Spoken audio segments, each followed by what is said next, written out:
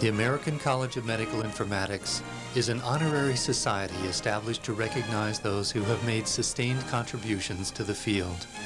Since its founding in 1984, 170 fellows have been elected to the college.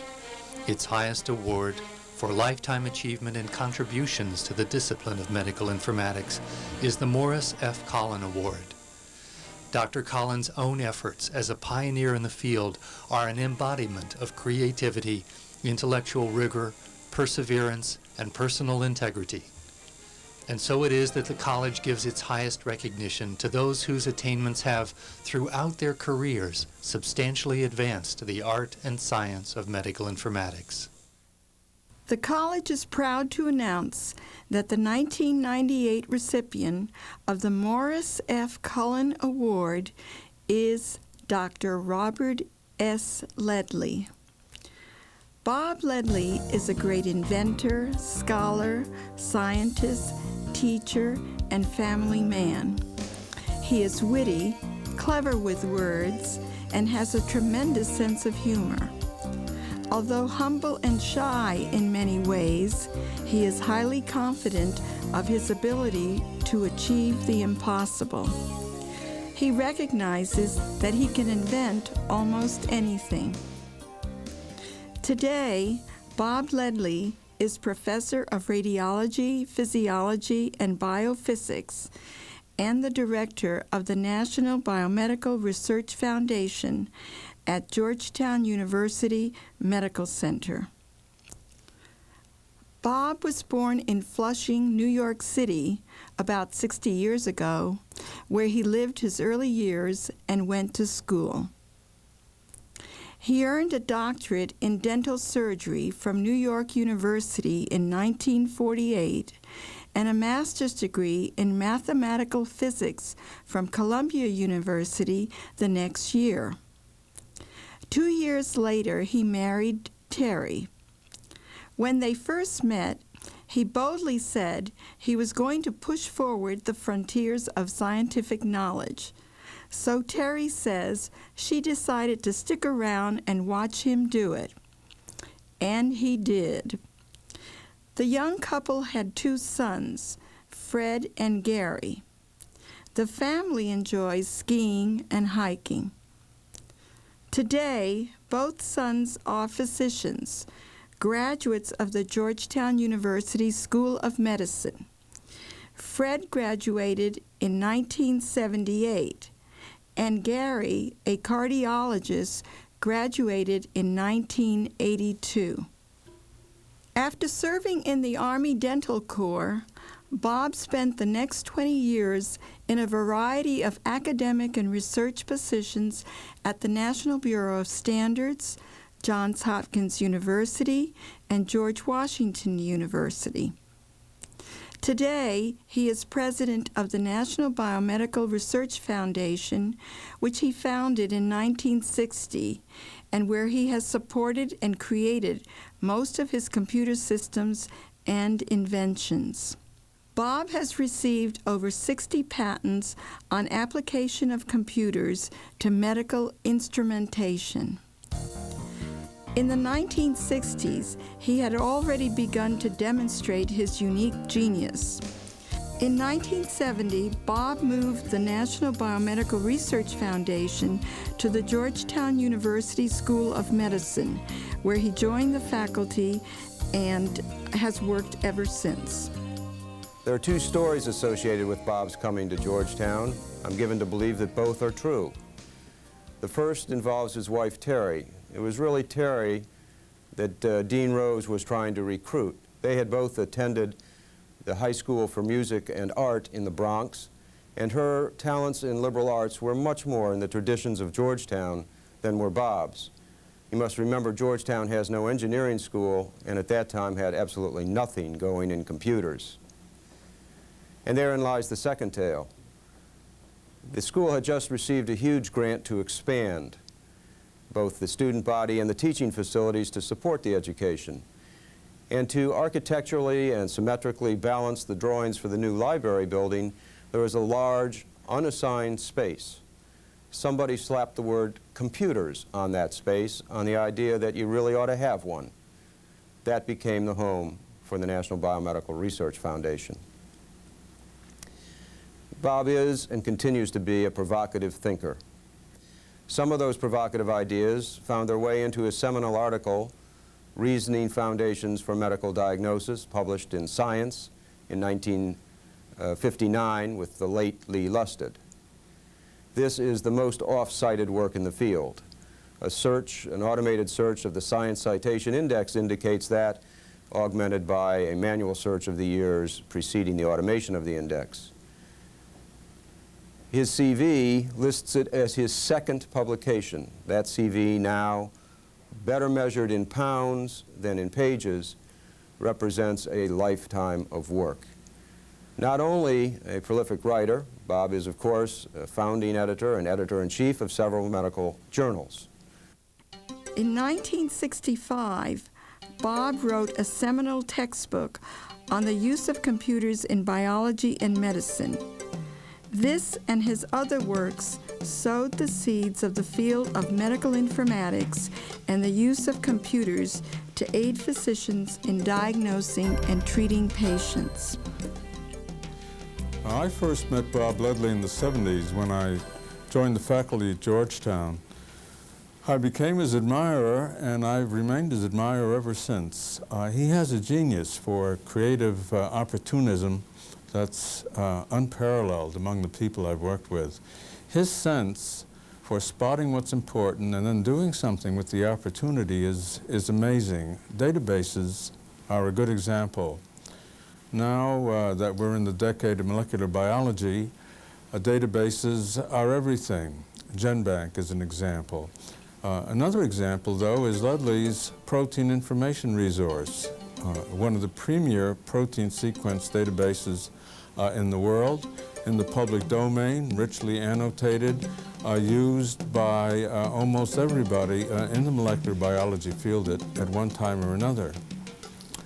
We need to remember that Bob started on this work in the 60s, when molecular biology was not a growth industry. He and Margaret Dayhoff, a pioneer in the field, compiled an atlas of all known protein and nucleic acid sequences.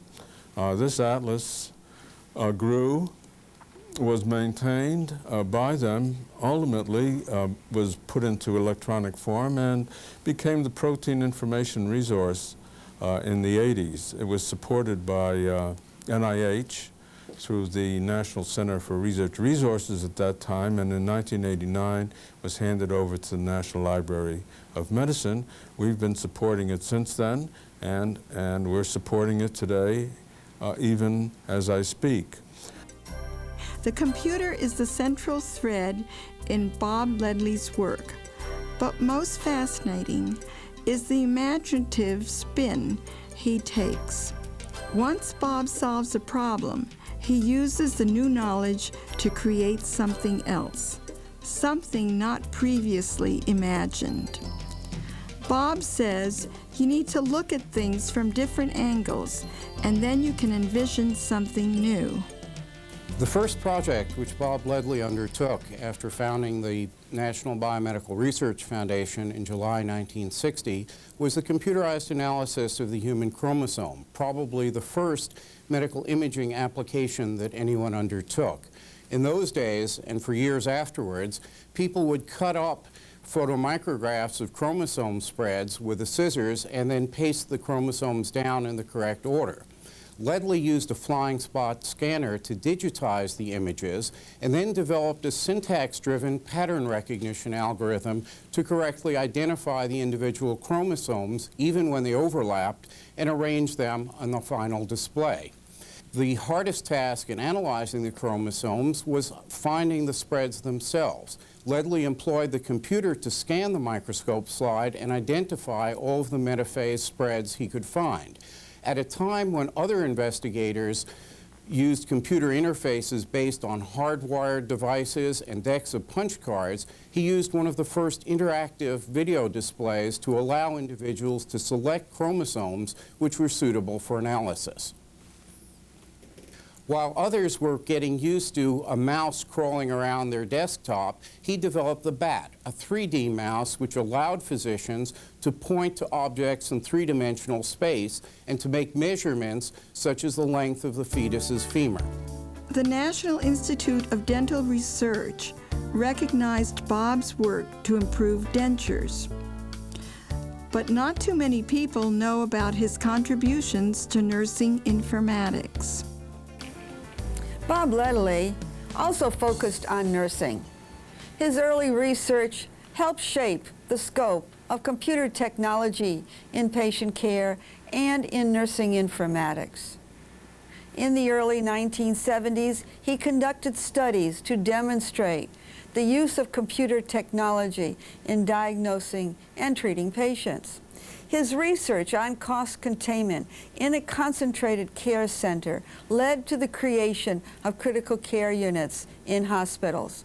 He conducted this research at Georgetown University Hospital, which was initiating specialized units for the seriously ill cardiac, surgical, medical, and pediatric patients.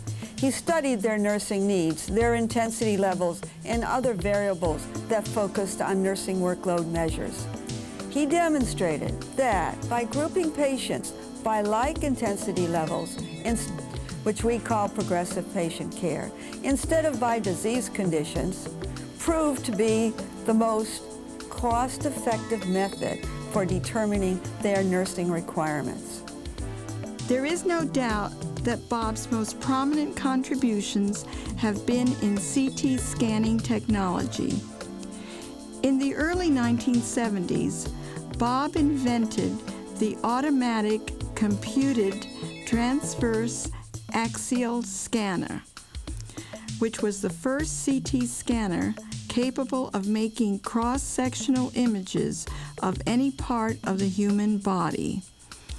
This device, the ACTA, revolutionized the fields of radiology and medical imaging.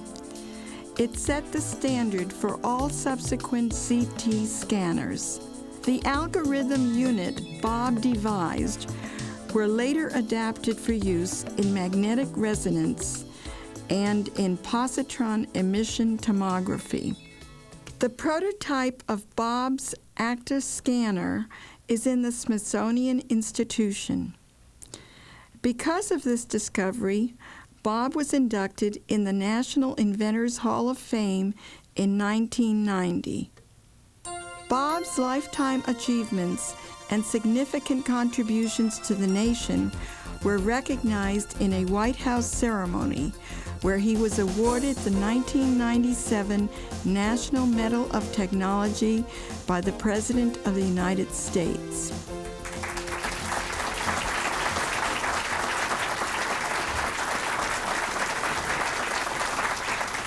The President of the United States, accompanied by Commerce Secretary William Daley and Dr. John Gibbons, Assistant to the President for Science and Technology.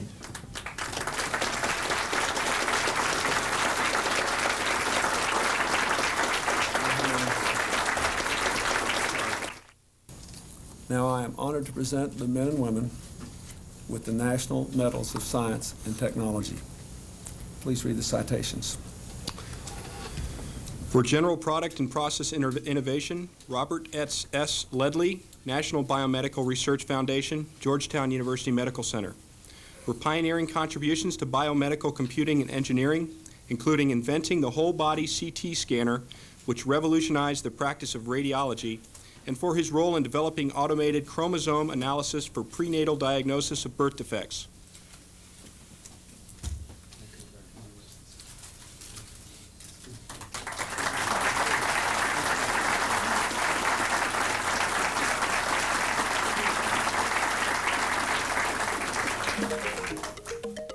In a delightful Scientific American interview with the actor Alan Alda, you can see